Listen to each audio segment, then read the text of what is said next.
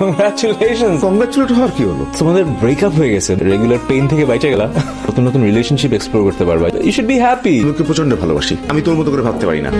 Wait, এই যে দেখো মাইশা বারবার ফোন দিচ্ছে, she is seriously in love with me. আমি কিন্তু ওকে ইন্টেনশনালি অ্যাভয়েড করছি। কেন? এই যে কন্টিনিউয়াস ডিসটেন্স মেইনটেইন করছি, আমার প্রতি ওর অ্যাট্রাকশনটা বাড়বে। I can break up the relationship any time. একবার ফোন দিব, আবার আগের মতো হয়ে যাবে। তুমি যখন ইচ্ছে তখন আমার সাথে রিলেশন ব্রেকআপ করতে চাও। মাইশা, তুমি কখন এলে? তুমি যদি আমার সাথে ব্রেকআপই করতে চাও, আমার সময়গুলো নষ্ট করছো কেন?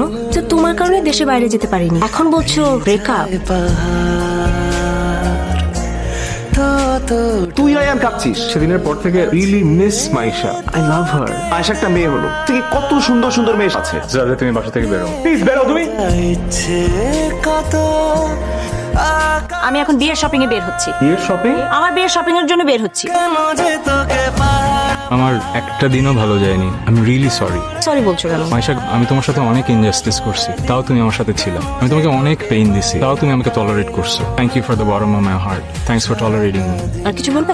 তোমাকে নিয়ে সব স্মৃতিগুলোই অনেকই সুন্দর। আনকন্ডিশনালি আমাকে ভালোবেসেছো। I love you. আমার এখন যেতে হবে। Please Maisha, please. তুমি যেভাবে বলবো আমি সেভাবে থাকবো। কোনো মেয়ের দিকে তাকাবো না, ফেসবুকেও কারো নাম্বার থাকবে না। প্লিজ তুমি বিয়ে করো না। ঠিক আছে, তাহলে আমি এখন বিয়ের শপিং এ যাই। বিয়ে যদি নয় করবা, শপিং এ যাওয়া কেন? আমার ভাইয়ের বিয়ের জন্য।